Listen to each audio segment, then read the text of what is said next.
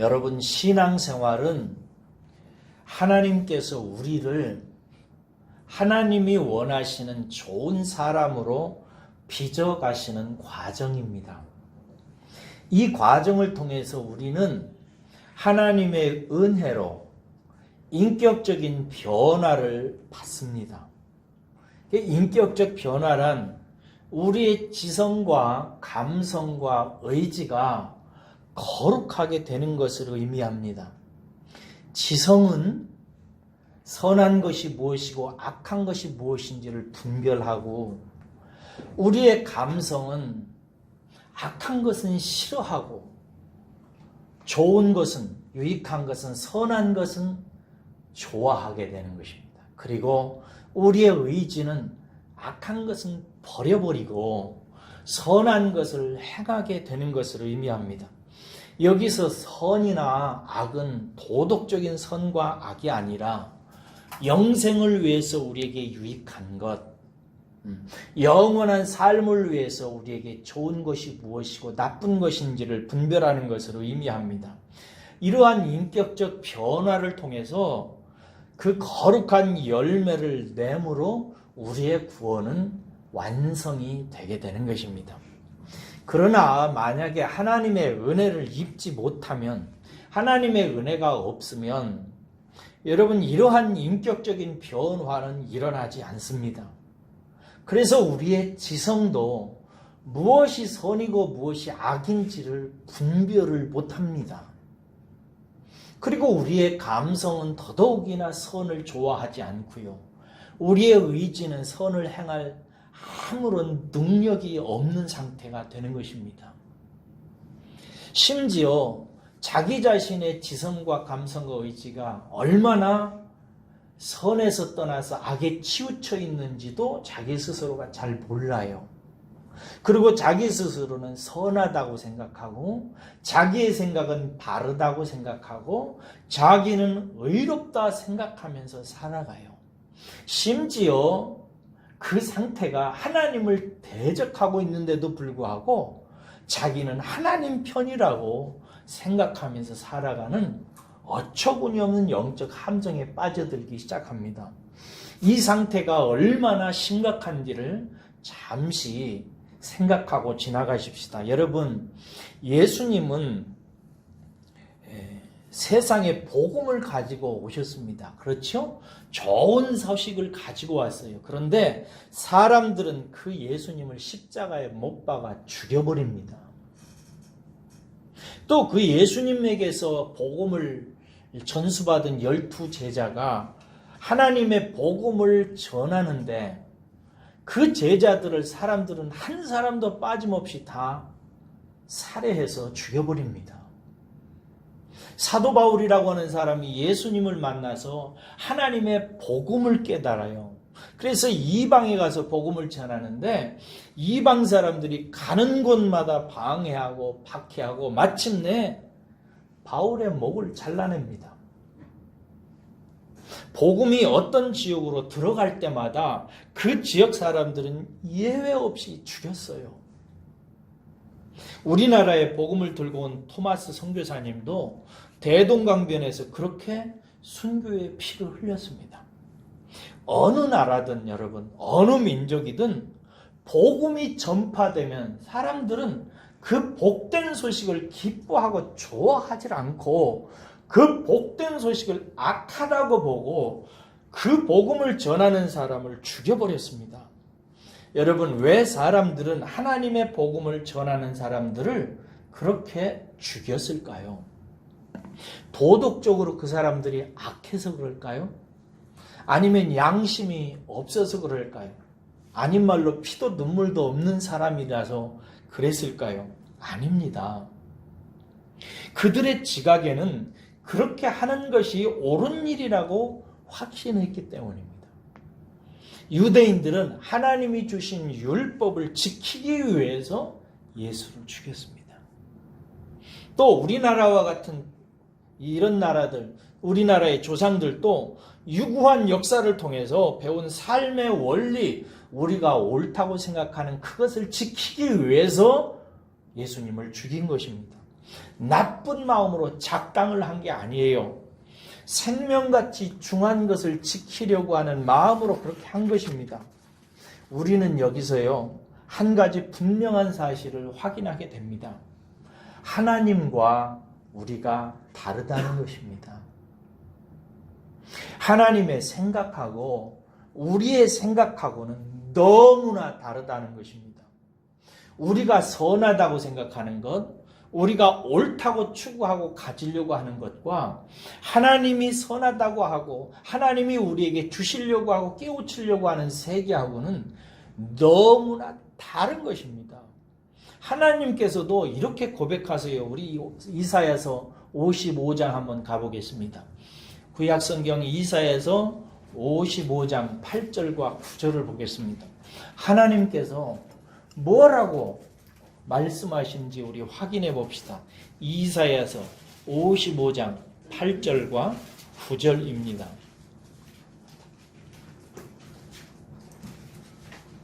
다 찾으셨으면 우리 함께 읽겠습니다. 시작. 이는 내 생각이 너희의 생각과 다르며 내 길은 너희의 길과 다름이니라. 여호와의 말씀이니라. 이는 하늘이 땅보다 높음같이 내 길은 너희의 길보다 높으며 내 생각은 너희 생각보다 높음이니라. 여러분, 하나님의 생각과 우리의 생각은 완전히 다르다고 하나님이 말씀하세요. 어느 정도 다르냐? 땅과 하늘만큼 차이가 있다. 그렇게 근본적으로 하나님이 생각하시고 뜻하시는 것하고 우리가 마음에 품고 옳다고 선하다고 생각하는 거는 그렇게 차이가 난다는 것입니다, 여러분. 그래서 로마서 5장 10절에는 이렇게까지 표현해요. 우리가 하나님의 원수가 되었다고. 우리가 하나님의 원수가 되어서 사는 것입니다. 이런 사람이 여러분 어떻게 하나님의 사람으로 변화될 수 있을까요?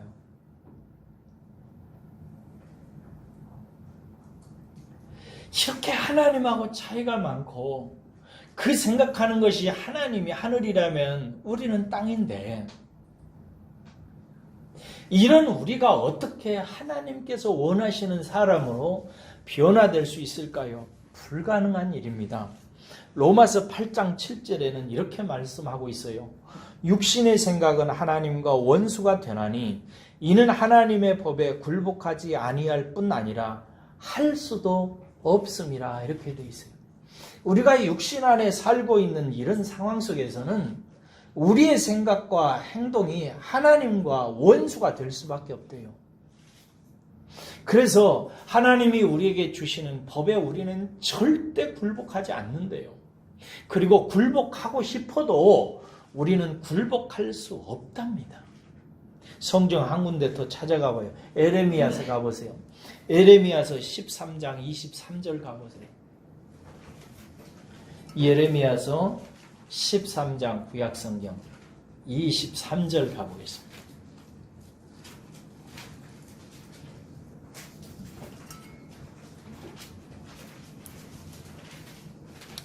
함께 읽겠습니다. 찾으셨으면 예레미야서 13장 23절입니다. 함께 읽습니다. 시작. 구스인이 그의 피부를 표범이 그의 반점을 변하게 할 수 있느냐? 할 수 있을진데 악에 익숙한 너희도 선을 행할 수 있으리라. 여러분, 이런 극한적인 비유가 어디 있겠어요? 구스인이 아프리카 가장 검은 피부를 가지고 있는 사람들을 말해요. 오늘날로 에티오피아 사람들인데 구스인이 그의 피부를, 그 까만 피부를, 그리고 표범에게 반점이 있잖아요. 그 반점을 변하게 할 수 있겠느냐 이거예요. 할 수 없잖아요.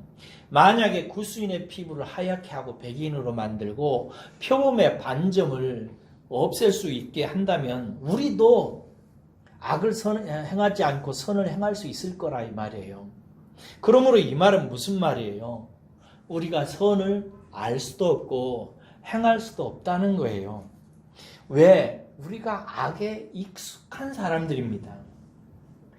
나에게 필요한 것이 무엇이고 나에게 유익한 것이 무엇이고 내게 무엇이 있어야 되는지를 우리는 알지 못해요. 오직 선하신 하나님만 알고 계세요. 이것을 사람들이 깨닫지 못하지요. 좀처럼 이것을 알지 못해요. 인정하지 않습니다. 이런 인생을 하나님께서 여러분 불쌍하게 여기십니다. 긍휼히 여기. 그래서 알지 못해서 몰라서 예수님을 죽인 거예요. 그들이 독해서 죽인 것도 아니고 그들이 양심을 팔아넘겼기 때문에 죽인 것도 아니고 몰라서 그런 거예요. 그래서 예수님께서 십자가에 달려 돌아가실 때 그들을 위해서 예수님께서 뭐라고 기도하시죠? 하나님께 아버지 저들을 용서해 주십시오. 저들이 몰라서 그런 일을 한다고 예수님께서 하신 것을 잘 아실 것입니다. 이런 인생을 하나님께서 불쌍히 여기시는 거예요. 우리들을 하나님께서 긍휼히 여기시는 거예요. 그래서 이런 인생을 하나님의 사람으로 만드실 계획을 하나님께서는 갖고 계세요. 이 일을 위해서 그래서 먼저 구약시대에는 이 일을 완성할 역사의 밑그림을 구약의 역사를 통해서 만들어놔요. 왜냐하면 나중에 예수님께서 오셔서 그 일을 성취하시면 그 예수님께서 성취하신 일을 설명하면 우리들 보고 구약의 그림이 그런 그림이었고 예수님께서 성취하신 것은 바로 그 그림을 완성한 것이구나 라고 깨달아 알 수 있도록 사전 작업을 하신 것입니다. 그렇게 구약시대의 사전 작업을 끝낸 다음에 때가 이르자 하나님께서 아들을 세상에 보내세요. 아들을 보내요. 그러자 아들은 이 세상에 오는데 이 세상에 올 때 하나님 그 아들은 무엇을 가지고 오냐면 하나님의 복음을 가지고 와요. 그래서 세상 사람들에게 막 전합니다. 그러자 사람들은 복음을 가지고 전하는 하나님의 아들을 알아보질 못하고 그의 지성과 지각으로 그가 누구인지를 전혀 알아보지 못하고 그 하나님의 아들을 그만 잡아서 온종일 욕을 보이고 때리고 침을 받고 조롱한 후에 십자가에다가 못으로 박아서 처형시켜버려요. 어처구니 없게도 피조물이 창조주 하나님을 저주하고 죽여버린 것입니다. 자, 생각해 보십시다. 왜 죽인 거예요? 그 사람들이. 그렇습니다. 그렇게 하는 것이 마땅하다고 그들이 생각한 것입니다. 모두 마땅히 여겼어요. 그래서 나중에 제자들도 그렇게 죽였고 선교사들도 죽였습니다. 우리나라는 여러분 이 초기에 신앙생활을 시작한 기독교인들을 수천 명, 3천 명이나 죽였습니다. 여기 있는 저와 여러분들도요. 예수님 돌아가시던 그 시절에 태어났다면 이거 생각할 필요도 없어요. 우리도 마땅히 여겼어요. 왜? 우리의 눈과 지각도 똑같기 때문에 그런 것입니다. 그런데 그렇게 죽임당한 예수를 하나님께서 사흘 만에 다시 살리시네요. 이게 무엇을 뜻합니까? 예수는 죽어서는 안 되는 존재라는 거예요. 죽을 이유가 없다는 거예요. 예수를 죽이는 게 마땅하다고 생각해서 죽여버렸는데 그 생각과 판단이 잘못된 것이라는 거예요.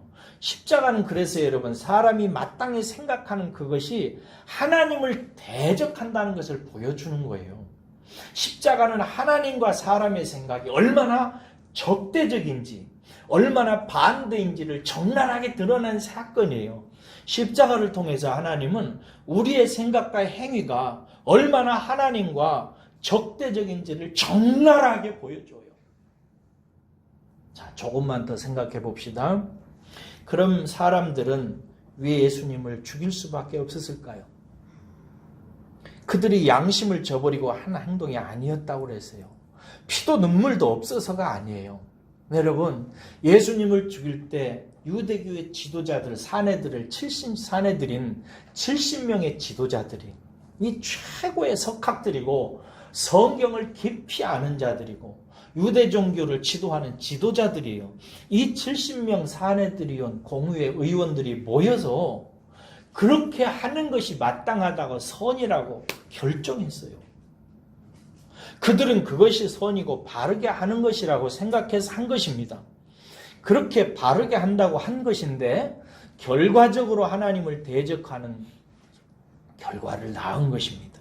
자, 그럼 이쯤에서 심각하게 물어봅시다. 여러분, 유대 지도자들이 우리보다 못한 사람들입니까?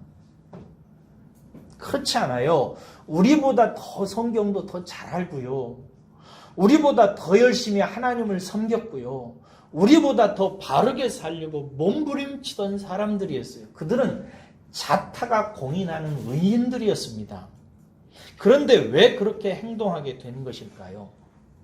예수를 죽이도록 만든 사람들 속에 그렇게 생각하도록 만들고 그렇게 그것이 옳다고 생각하게 만드는 사람 속에 있는 그 뭔가 실체가 있는 거예요. 그 똑똑한 사람들, 그 바르게 살려고 하는 사람들, 하나님의 뜻대로 살려고 하는 사람들이 하나님의 아들을 죽이면서까지 하나님과 대적하는 관계로 돌아서게 하는 그들 속에 있는 그들의 생각과 감정과 의지를 움직이고 이끄는 세계가 있는 거예요. 그게 무엇일까요? 진짜 이유가 뭐냐 하는 거예요. 이사야서 53장 가봐요. 이사야서 53장 구약 성경입니다.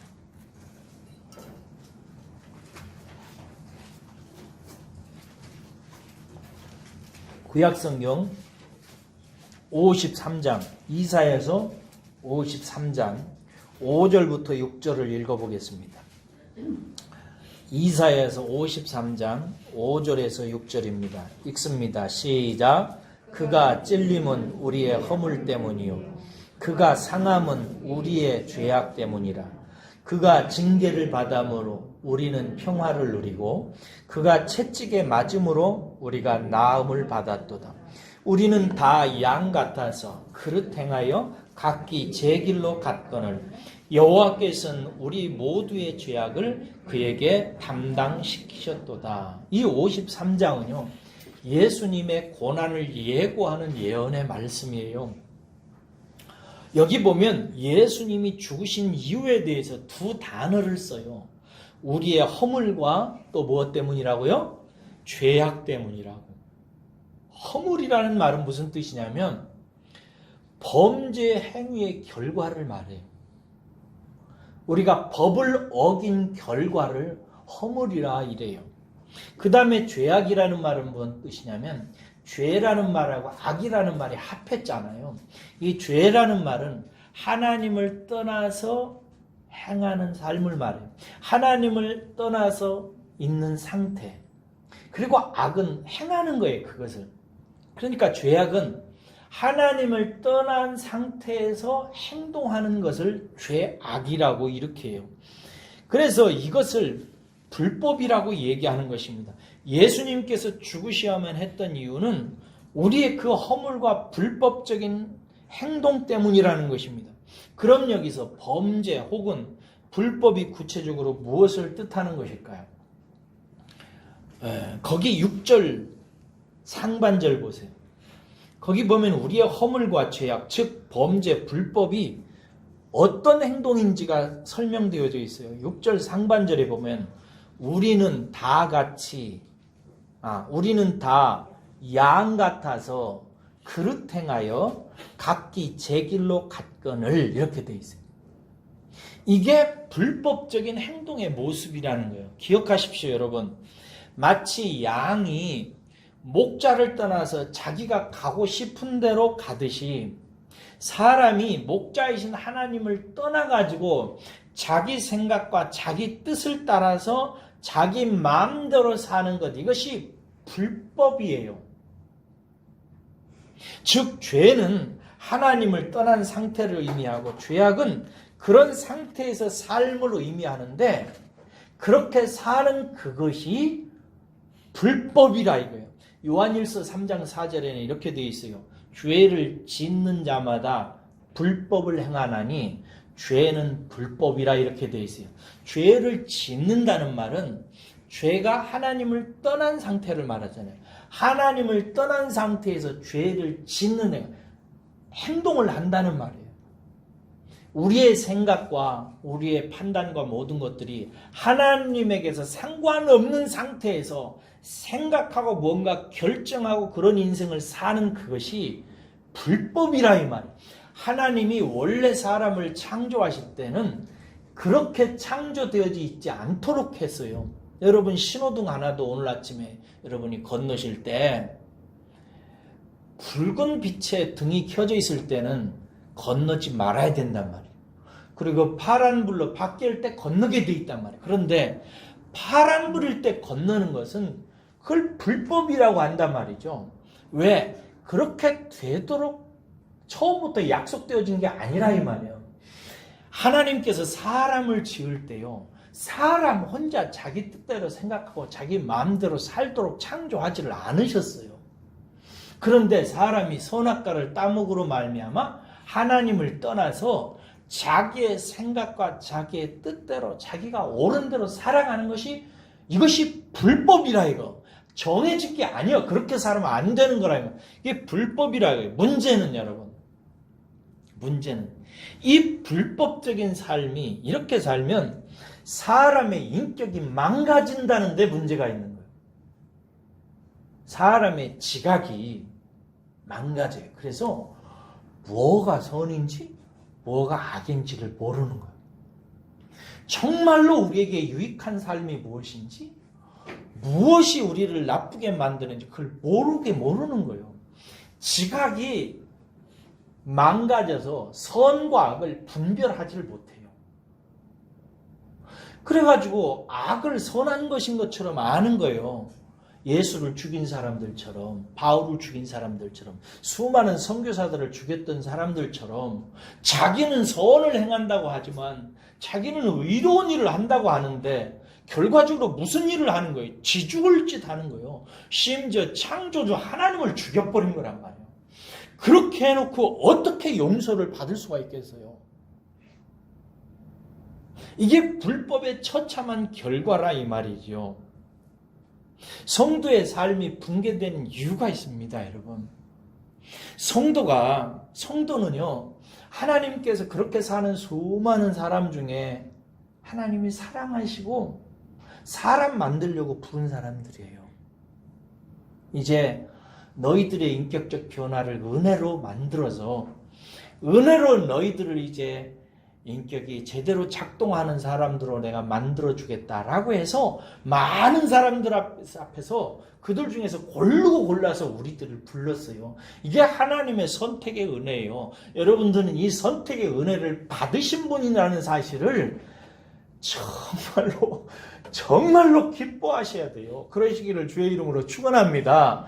우리는 생각지도 못하고 하나님과 원수되었을 때 하나님께서 우리를 불쌍히 여겨주셔서 우리를 부르신 거예요. 그래서 불렀기 때문에 우리는 이제 불법적 행동을 조금씩 하나님의 은혜로 고쳐가는 사람들이에요. 그런데 그렇게 부름을 받아서 예수 그리스도의 그 피가 여러분 얼마나 귀해요. 하나님의 아들 독생자가 그렇게 십자가에서 죽기까지 하면서 우리를 부르신 그 사랑, 그게 얼마나 귀해요. 그런데 그 피를 받고 하나님의 뜻을 따라서 사람 되도록 부른 우리가 여전히 하나님과 동행하거나 하나님 안에서 사는 법을 배우려고 하지 않고 그냥 그대로 자기의 생각과 뜻대로 사는 거예요. 그러면서 자기가 선하다고 생각하는 것을 하나님께 요구하고 자기가 원하는 것을만을 하나님께 원하면서 살아가는 거예요. 그러니까 이런 성도의 삶에는 무슨 일이 벌어지냐면 하나님께서 안타까워 여기시고 그의 삶을 연단하신다고요. 어디까지? 내가 내 뜻대로 살았더니 내 생각대로 살았더니 내가 너무 피곤하구나, 너무 힘들구나 깨닫고 다시 하나님께로 와서 회개하고 하나님에게 순종하고 복종하며 말씀과 기도로 내가 무엇이 잘못됐는지, 내가 어떻게 살아야 되는지, 인생은 무엇인지 이런 것들에 대해서 깨닫고 귀 기울이는 삶으로 다시 회복시켜 가시기 위해서 성도가 때때로 고생할 때가 있어요. 여러분들은 너무 고생하지 마세요. 제가 고생해봐서 아는데 너무 아파, 힘들어. 그래서 여러분들은 좀 내 고생이 길어지는 것 같다, 마음이 아프다 이러거든 빨리 하나님 품으로 돌아오시기를 주의 이름으로 축원합니다. 그러므로 여러분, 하나님께서 만드시는 사람은요, 하나님과 함께 사는 사람이에요. 따라서 하겠습니다. 하나님과 함께 사는 사람. 그래서 하나님이 우리와 함께 살려고 우리 안에 임마누엘 하신 거라고. 아예 우리 안에 들어오셨어요. 그래서 하나님을 떠나서 살던 모든 죄악을 아들 예수님을 통해서 대신 형벌받게 하세요. 그래서 예수님이 큰 모진 십자가를 감당하신 거예요. 다 형벌받게 하신 후에 제물로 드려지게 한 후에 그를 하나님께로, 그런 다음에 우리를 하나님께로 인도해서 하나님께 붙여가지고 하나님과 동행하며 살게 만드시는 거예요. 그렇게 해서 우리로 하여금 매일매일 우리가 죄를 씻고, 우리는 죄 가운데 여전히 살 수밖에 없어요. 그죠? 우리는 죄의 체질이거든요. 아까 예레미야서 얘기했듯이 악에 익숙한 너희라고 얘기해요.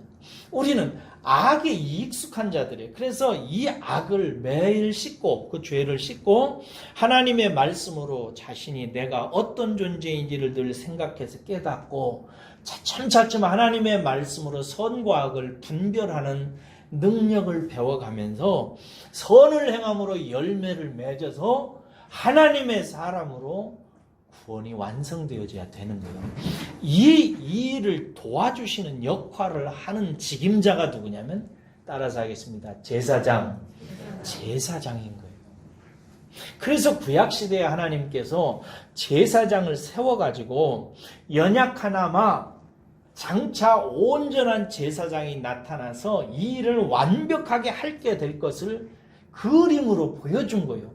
그래서 구약의 제사장들은 이스라엘 사람들이 밖에 나가서 살다가 죄장아찌로 살잖아요.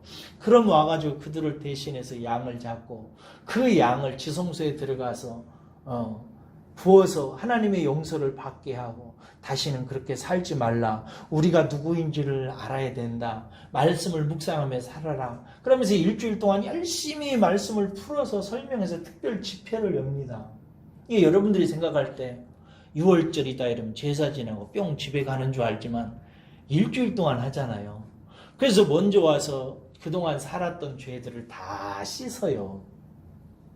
씻은 다음에 그 백성들을 앉혀놓고 대제사장과 서기관들이 하나님의 말씀을 낭독하고 풀어주면서 일주일 동안 듬뿍 은혜를 받습니다. 여러분, 일주일 동안 그렇게 집회를 얼마나 은혜를 받겠어요. 옛날에 우리 시골교회에서 그렇게 부흥회를 했어요. 그렇게 부흥회하면 한 서너 달 가요.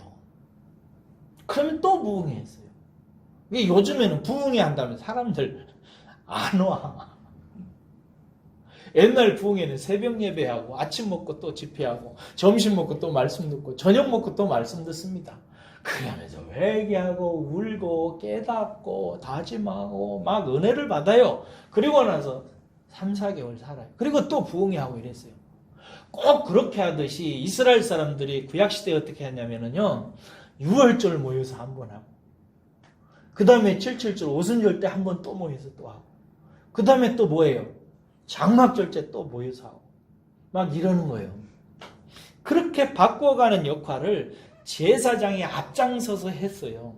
오늘 본문 말씀은 제가 처음부터 강의를 안 했는데 이 긴 이야기를 하고 이제 정리를 하려고 하는 거예요. 오늘 본문 말씀은 복잡한 것 같지만 아주 간단한 얘기인데 뭐냐면, 구약시대에 그 연약한 인간이 했던 그 제사장 역할을 하나님의 아들을 하나님께서 보내주시기로 맹세하셨다 이거예요. 반드시 내가 내 사랑하는 백성들을, 내 아들을 대제사장으로 보내가지고 내 백성들을 반드시 변화시키고야 말겠다, 이렇게 맹세하시고 보낸 완벽한 제사장이 예수 그리스도라고요. 우리 한번 잠깐만 보겠습니다. 20절에서 22절 봐요. 이게 무슨 뜻이냐면요, 예수님은 더 좋은 언약의 보증이라는 얘기예요. 하나님께서 우리를 변화시키는 언약을 하셨잖아요. 이 언약을 이루기 위해서 확실한 보증으로 보내주신 더 좋은 보증이 예수님이라 이거예요. 하나님은 레위계율의 제사장보다 더 좋은 대제사장을 보내시기로 맹세하셨다고 여기 나와 있죠. 하나님께서 반드시 그렇게 하시겠다고 맹세하셨대요. 하나님은 후회하시지 않기로 하셨답니다. 그렇게 보낸 분이 예수님이라는 얘기고요. 23절에서 25절 보세요. 그렇게 오신 예수님은 우리를 온전히 구원하실 수 있는 분이시라는 얘기예요.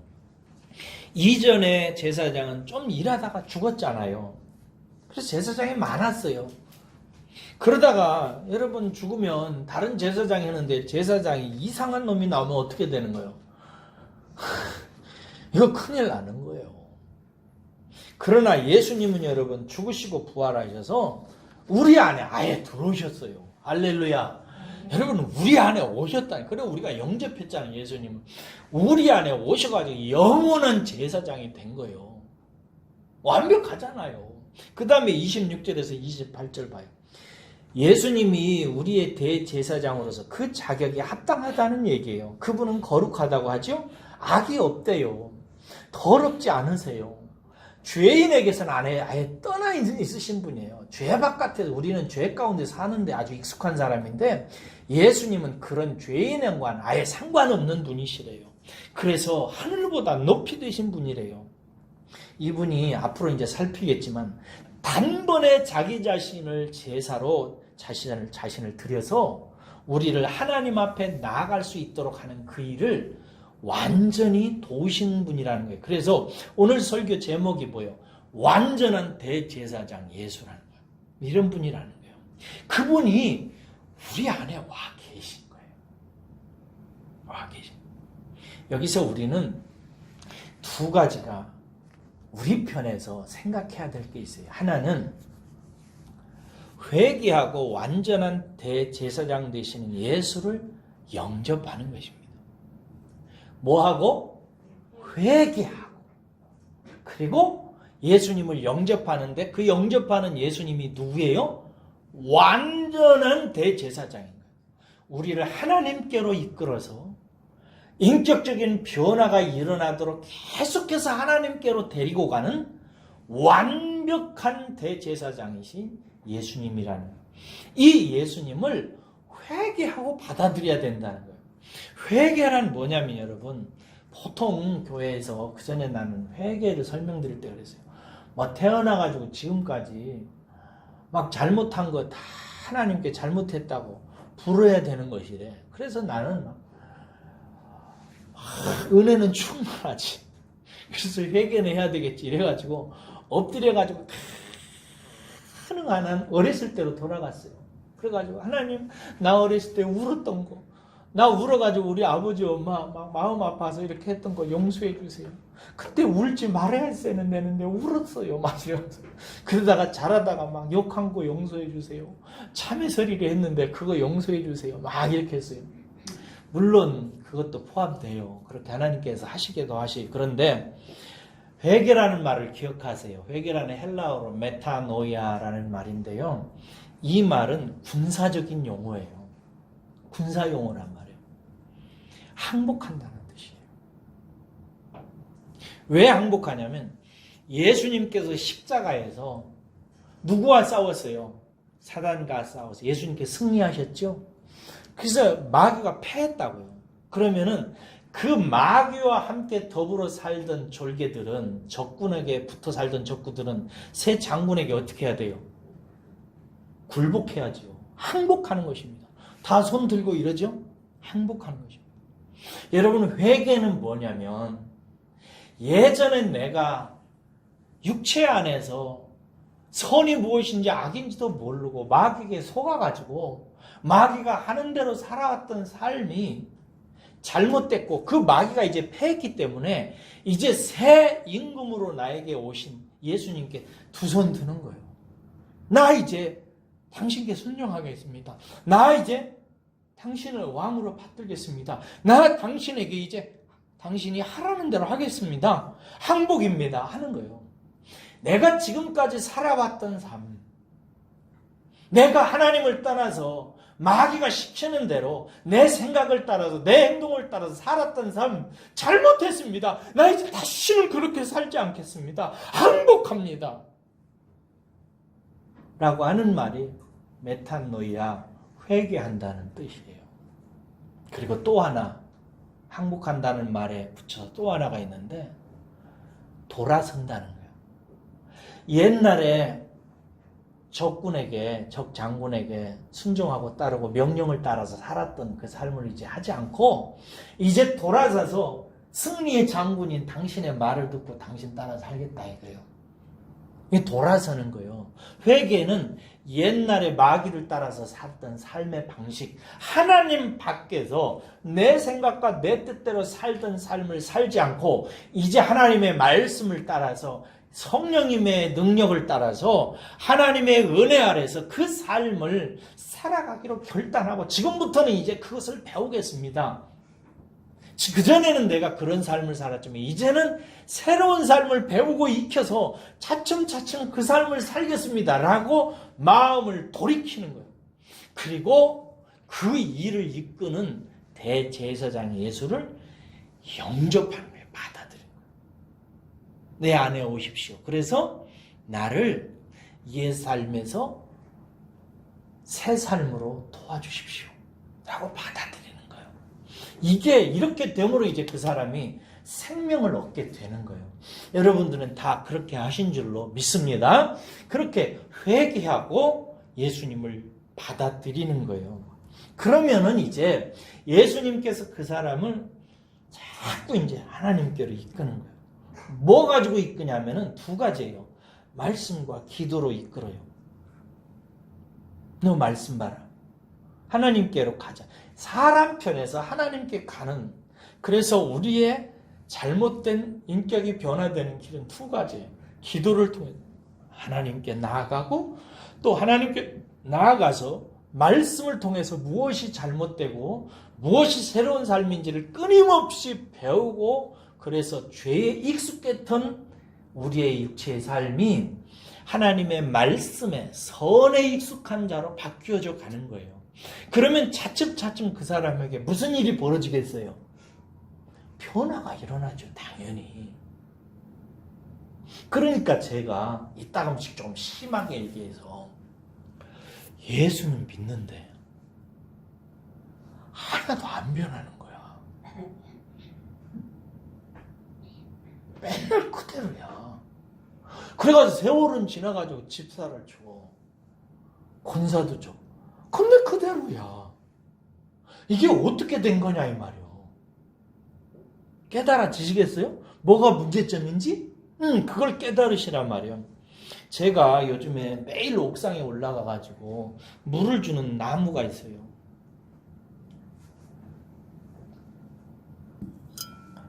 옥상에 올라가 보시면 화분이 있고 나무 두 개가 있어요. 뭐냐면은 이희주 권사님이 연초에 권사 취임 때 기념으로 사와가지고 여기다 세워놨던 고무나무입니까 그게? 예, 그 나무가 있어요. 근데 이 나무가 오래되니까 이제 실내라서 햇빛이 여의치 않으니까 자꾸 약해져가지고 이파리가 막 떨어지기 시작하는 거예요. 그래가지고 여기저기 이파리 떨어지니까 두세 개 남아가지고 참 얼씬연스러운 거야. 그래서 이게 이제 더 이상 필요가 없게 된 거야. 근데 버려야 되는데 두 가지가 걱정이 돼. 첫째는 너무 아까워. 두 번째는 그걸 버려버리면 이주 집사님이 상처를 입을 것 같아. 마음이 섭섭할 것 같아. 그런 마음이 안 들겠어요. 그렇지. 내가 그래도 그럴 텐데. 그래서 이걸 어떻게 살려볼까 하고 싶은 생각이 들어서 화원에 가가지고 그 화분 파는 아저씨한테 물어봤어요. 이거 어떻게 해요? 참 이게 비싼 건데 굉장히 비싸더라고요. 제가 가격을 물어봤더니 어떻게 하면 좋냐고 그랬더니 가지를 다 자르래요. 바짝바짝 쳐주래요. 쳐져가지고 햇빛 뜨는 곳에 놓고 매일 물을 주래요. 그러면 금방 막 쑥쑥쑥 올라온대요. 그래서 제가 이제 그 정종훈 집사님을 통해 가지고 옥상에다가 화분을 올려다 놓고 매일 올라가서 하루에 한 차례씩 물을 줍니다. 그랬더니요, 아니나 다를까 한 사흘 주니까 이파리가 나오기 시작해요. 나오기 시작해서 나중에 올라가 보세요. 오늘 성지순례 가는 기분으로 예배 피하고 한번 옥상 올라가서 보세요. 막 굉장히 많이 나와 있어요. 참 신기해요. 그거 다 잘랐는데. 근데요, 어제인가 그젠가 내가 올라가서 봤더니 다른 가지들은 다 싹이 났는데 가지에 줄기에 붙어 있는데 싹이 나지 않는 가지가 두세 개가 있어요. 안 나요. 그래서 좀 나라, 예수 이름으로 명하노니 날지어다 이러면서 내가 주어도 안 나요. 그래서 어저께는 제가 그걸 이렇게 만져봤어요. 그랬더니 툭 부러져요. 죽은 거예요, 가지가. 가지가 죽어 있으니까 그 가지로 생명의 생수가 물이 공급되지 않으니까 잎을 내지를 못하는 거예요. 여러분, 제가 목회를 하는 일이 뭐냐면 나무인 여러분들에게 물을 주는 거예요. 생명수를 매주일마다 주는 거예요. 새벽 예배 때 주고 수요 예배 때 주고 금요 예배 때 주는 거예요. 주면은 어떤 사람은 복음에 싹이 나요. 변화가 보여요. 근데 어떤 사람은 변화가 없어요. 왜 그런 거죠? 무슨 일이 생겨가지고 하나님의 말씀이 그 영혼에게 스며들지 않아서 그 영적 상태가 죽은 거라고요. 이렇게 계속하면 여러분 어떻게 돼요? 하나님이 나중에 열매 맺지 아니하는 가지마다 어떻게 된다고 그랬어요? 다 잘라서 불에 사르느니라고 그렇게 돼 있거든요. 그 히브리서에서도 말씀해야 돼. 땅이 물을 받아가지고 나중에 싹을 내면 복을 받고 그렇지 않으면 저주를 받는다고 하잖아요. 이 히브리서 저자가 그렇게 얘기하지만, 그러나 내가 이렇게 얘기하지만 너희들에게는 더 좋은 것이 있다. 하나님께서 너희들에게 약속을 했다. 너희들을 반드시 변화시켜서 열매 맺는 자로 만드시기로 약속을 하고 맹세를 하고, 그래서 너희들이 회개하고 예수를 영접할 때 예수를 대제사장으로 너희에게 보냈으니 더 좋은 게 여러분들에게 기다리고 있다라고 말하면서 그렇게 말씀하시면서 우리에게 얘기하는 거예요. 너희들은 너희 안에 있는 하나님의 아들 대제사장 예수 그리스도를 굳게 믿고 은혜의 보호자 앞으로 담대히 뭐하라고? 나가라고. 할렐루야. 담대히 나가라고. 은혜 받으면 이게 썩은 것 같아도, 죽어있는 가진 것 같아도요, 살아나요. 할렐루야. 이게 하나님의 능력이란 말이에요. 하나님의 말씀이 은혜로 임하면 죽었던 것들이 살아난단 말이에요. 그래서 살아나서 잎이 나오고 꽃이 피고 열매를 맺게 된단 말이에요. 그러면 하나님의 은혜를 받기 위해서 예수님을 붙들고 나아가는 방법이 뭐라고요? 기도와 말씀이에요. 이것은 요즘에 제가 기쁜 일 중에 하나가, 오늘 이희주 권사님 칭찬을 많이 하네. 교만하지 마세요. 교만은 혼낼 거예요, 나중에. 요즘에 이희주 권사님 매일 새벽마다 나와요. 내가 참 대단하다 그래. 어느 날 딱 결심을 하더니 생전 안 나오던 사람이 나오기 시작하더니 빠지지를 않고 나와요. 훌륭하죠. 매일 새벽마다 와서 자기 나무 위에다가 물을 뿌려주는 생수를 받아먹고 가는 거예요. 그렇게 여러분 보면 이 집사님이 나중에 변합니다. 자기가 자원해서 이렇게 나와서, 주일날 형식적인 예배도 아니고 새벽은 자기가 자원해서 나오는 거, 이렇게 나와서 계속 말씀 받고 은혜 받으면 차츰차츰 더 변화됩니다. 보세요, 여러분. 변화되는지 안 변하는지. 큰일 났네.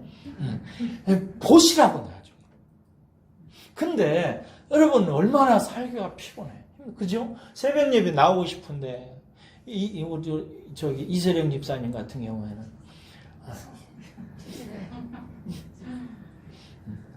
나중에 이세령 집사님 되세요. 예, 최세령 자매 같은 경우에는 그 차라도 먼데 더 멀리 이사 갔다고. 그 어떻게 새벽 예배 나오겠어요? 어떤 사람은 권사님들 같은 거 아침에 일어나면 뼈에서 막 어득득 소리가 나는 것 같고 허리도 아프고 막 못한단 말이에요. 어떤 사람은 바쁘기도 하고 어떤 사람은 또 체질이 한순옥 집사님 같은 분은 또 체질이 나하고 비슷한 것 같아요. 새벽에 한 번 나오면 며칠을 고생을 하는 거예요. 그러니까 힘든 거죠. 어떻게 해야 돼 그런 사람들? 그때는 교회 안 나와도 괜찮아. 집에서 하루 20-30분 좀 시간을 내서 하나님의 은혜의 보좌 앞으로 예수님 이름 붙들고 나아가는 거예요. 어떻게? 기도하고 말씀 보면 나아가는 거예요. 나가면서 묵상하고 생각하고 기도하고. 그러면 그렇게 하다 보면 여러분 어느 순간에 자기 자신의 생각과 행동이 변화되어 있는 것을 확인하게 돼요. 이게 놀라운 거예요. 여러분 제가 지금 한 달 동안 계속 제가 물을 줬는데 암만 물을 줘가면서 쳐다봐도 나오는 게 안 보여요. 조금이라도 나오는 게 보였으면 얼마나 좋을까? 안 보여요. 그런데 한참 있다가 올라보면 쏙 나와 있고 그 다음날 아침에 있다면 잎이 하나 쏙 나와 있고 도대체 언제 나와 있는지 나온다면 이게 신비란 말이에요.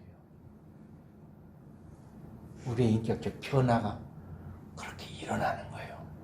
사랑하는 여러분, 이 일을 위해서 예수님이 십자가에 달려 죽으셨다니까. 그 존귀한 분이 우리를 하나님의 사람 만들려고 죽으셨다니까. 그분 그냥 구원받고 해서 덜렁 예수님 믿습니다 하고 신앙생활하고 하나님의 숙제요, 하나님의 꿈과 소원인 하나님 사람 되는 길, 하나님의 열매, 영광을 나타내는 사람의 길로 들어서지 않는다면 하나님이 얼마나 아프시겠어요. 그러니까 그 길로 들어서지 않는 성도를 하나님 막 연단시키는 거예요. 내버려 안 놔둬. 정신 차리라, 정신 차리라. 어떤 사람은 그렇게 맞아도 끄떡 안 해. 그냥 고립심줄보다 강해. 해봐. 하여튼 하나님이 이기나 내가 이기나. 여러분들은 속히 순종하시기를. 그래서 성경의 단어를 하나님의 역사를 총 정리한 어떤 그 성경학자가 모두 다 정리하고 나서 한마디로 딱 줄인 계명이 뭐냐? 순종하라 이거예요. 마음으로 순종하라. 그러시기를 주의 이름으로 축원합니다. 기도하겠습니다.